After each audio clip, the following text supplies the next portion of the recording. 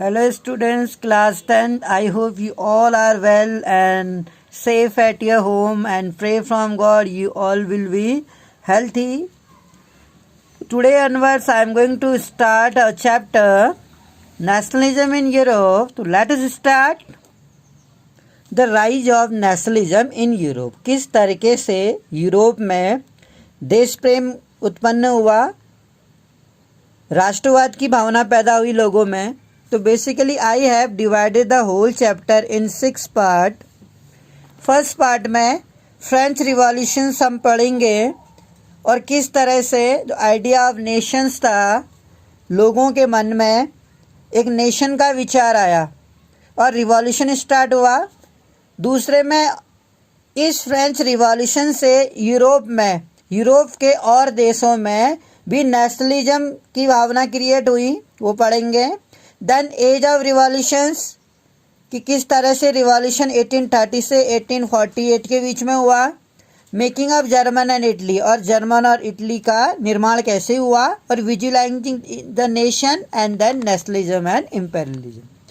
अब अगर हम बात करें, if we talk about the French revolution, we all know that on 14 जुलाई 1789 को in the France, this date is a very important in the French history.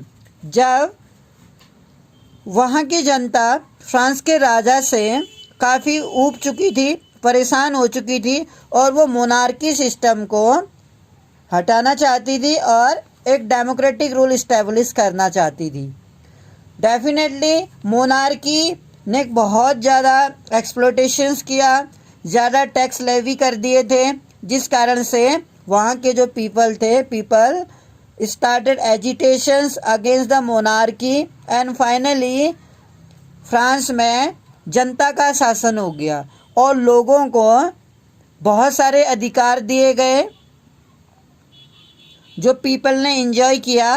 तो France में डेमोक्रेटिक होने के बाद, यानी 1789 में फ्रांस डेमोक्रेटिक होने के बाद फ्रांस में काफ़ी सारे चेंजेज आए.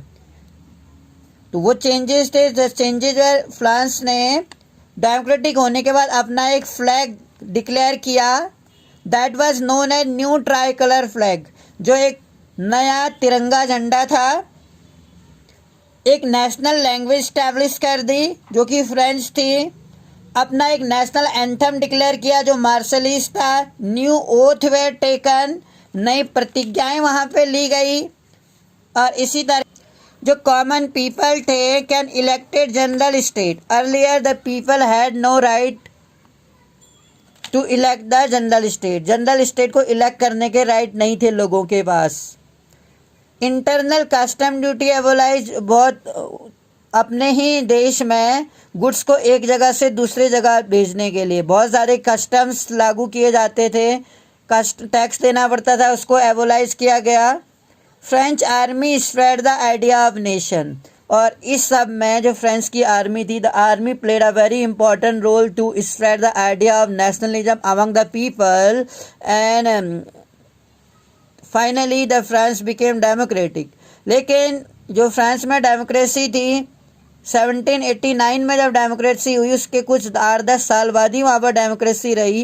कारण ये था, उसके बाद फाइनली 1799 में नेपोलियन बोनापार्टे फ्रांस के सम्राट के रूप में फ्रांस की गद्दी पर बैठा. तो before his contribution, before studying about his work in the administration of France, थोड़ा जानते हैं कि उसके बारे में क्या कुछ उसका इतिहास रहा. Let us start. तो if you study about the France, the great emperor, about the Napoleon Bonaparte, तो अगर हम उसकी हिस्ट्री को देखें, 15 अगस्त 1769 को पैदा हुआ और जिसके फादर थे कार्ल बोनापार्टे, वो काफ़ी आलसी थे और मिलनसार भी नहीं थे.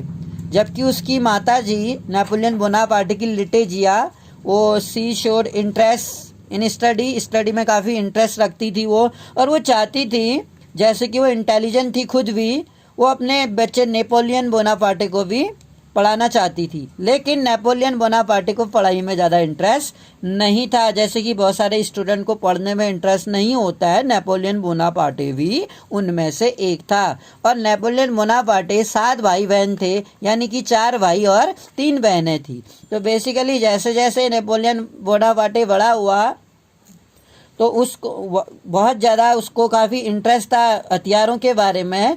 तो 1784 में finally he got job in the French army. France का जो तोपखाना था आर्मी में, वहाँ पर उस तोपखाने में उसको जॉब मिल गई। तो फाइनली उसको आर्मी में भी काफ़ी शौक था, तो आर्मी में वो कमांडर बन गया।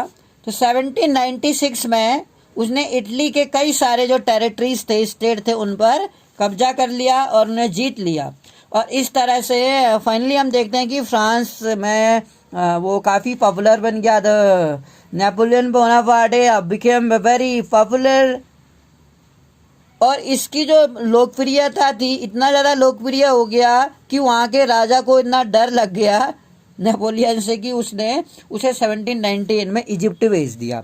और फाइनली 1 ईयर के बाद 1719 में जब वो वापस आया, अगेन ही केम बैक, उस समय फ्रांस की जो कंडीशंस थी काफ़ी फिटेबल थी। वैसे ही मैंने आपको बताया था कि फ्रांस का जो खजाना था जिस समय लुई 16 राज कर रहा था, वो पूरा खाली हो चुका था।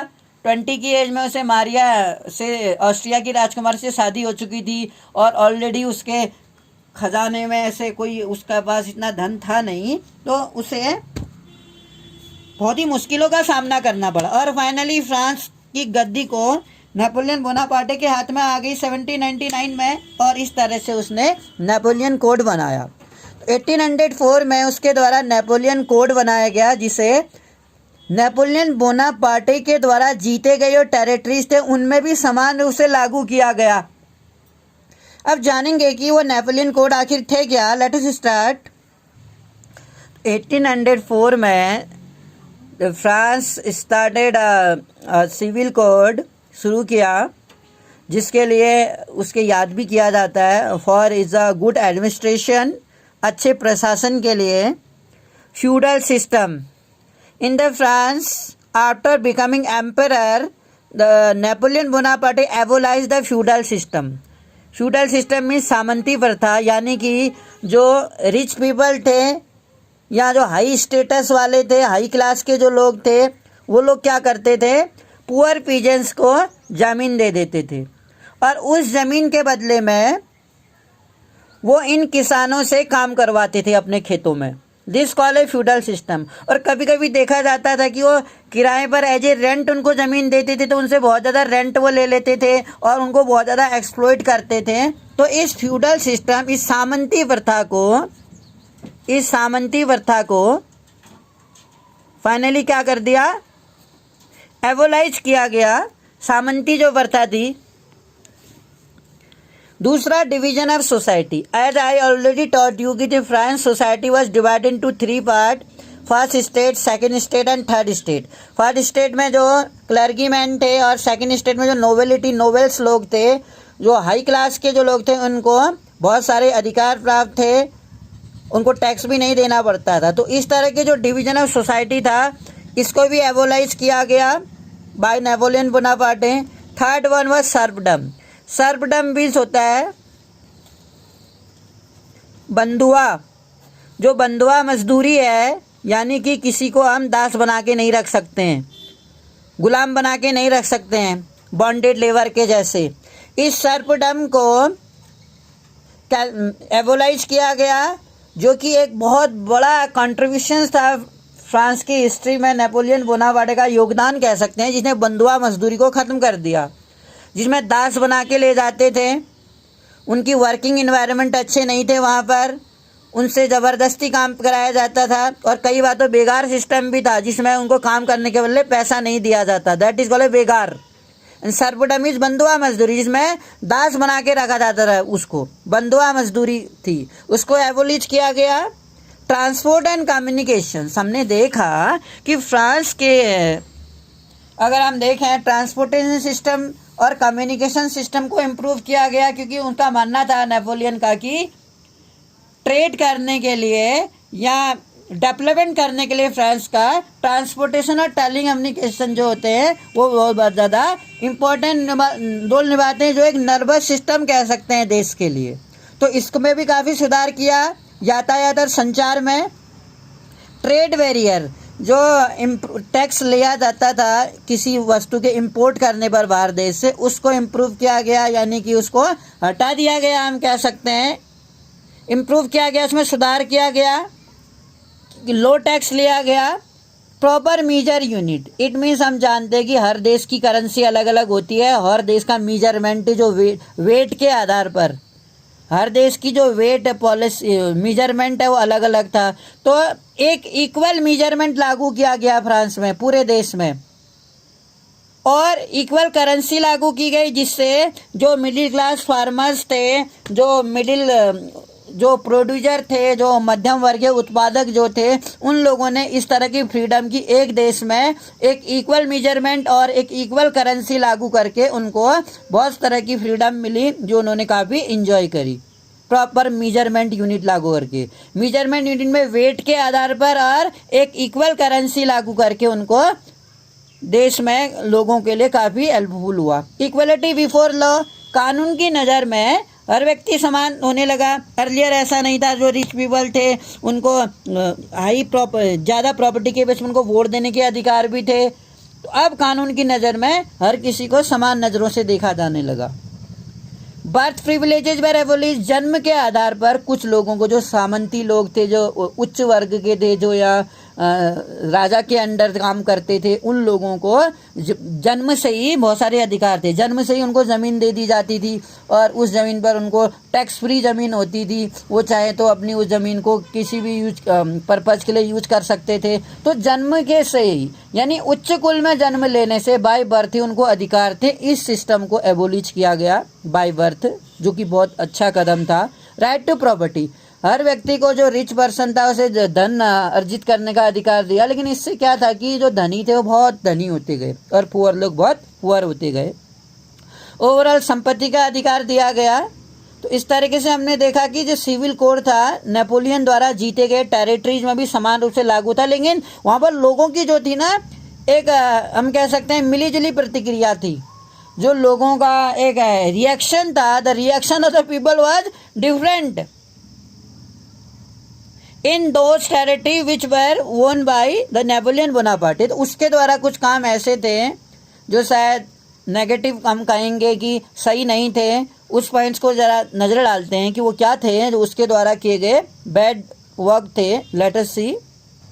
तो इसी तरीके से नेपोलियन बोनापार्टे ने सेंसरशिप लागू कर दी थी। सेंसरशिप कहते हैं यानी कि किसी भी मैगजीन्स में या किसी भी बुक में किसी उच्च वर्ग व्यक्ति के खिलाफ या राजा के खिलाफ कोई भी लेख नहीं छाप सकते थे, यानी कि कोई भी गलत बात नहीं छापी जा सकती थी। It's called as censorship. अगर कोई राजा या किसी उच्च वर्ग के खिलाफ ऐसी नेगेटिव बातें छापी जाती थी तो उसका जो प्रिंट था न्यूज़पेपर वो जब्त कर लिया जाता था। No right to vote to women, जैसा कि हम जानते हैं कि since beginning in the France in the political history of the France की जो वुमेन्स थी लंबे समय तक स्ट्रगल करती रही सप्रेजी मूवमेंट के लिए। सप्रेजी मूवमेंट मीन्स होता है राइट टू वोट के लिए। तो वहाँ पर नेपोलियन बोनापार्टे वुमेन्स को राइट टू वोट देने के फेवर में नहीं था कि महिलाएं भी वोट देने का अधिकार। उनका कहना था कि महिलाएं अगर घर तक ही सीमित रहें, अपने फैमिलीज जो ड्यूटीज हैं उनकी फैमिली के प्रति रिस्पॉन्सिबिलिटी में ही अगर वो अपने आप को इन्वॉल्व करें तो ज़्यादा सही रहेगा। Not having any involvement in family property, और न वो महिलाओं को उनकी प्रॉपर्टी में यानी कि अपने पेरेंट्स की प्रॉपर्टी में न ही वुमेन्स का कोई शेयर होता था। Force people to join army, जैसा कि आई टोल्ड यू कि फ्रांस में जो नेपोलियन था वो एम्परर था जो वो विश्व विजेता यानी कि यूरोप के और देशों को भी जीतना चाहता था। कुछ टेरिटरीज ने जीत ली थी और लगभग बहुत सारी टेरिटरीज को वो जीतना चाहता था। तो वो चाहता था कि उसकी आर्मी ज़्यादा हो, जिससे वो दूसरे देशों से आसानी से जीत सके। तो इसलिए वो चाहता था कि फ्रांस में हर फैमिली से एक जना उसकी आर्मी को ज्वाइन करे। ये कंपलसरी था हर फैमिली से एक पर्सन को आर्मी में ज्वाइन करना, चाहे वो इंटरेस्टेड था या नहीं था। फ्रांस में नेपोलियन बोनापार्टे अपनी सेना को स्ट्रांग बनाना चाहता था और बड़ी बनाना, पावरफुल बनाना चाहता था।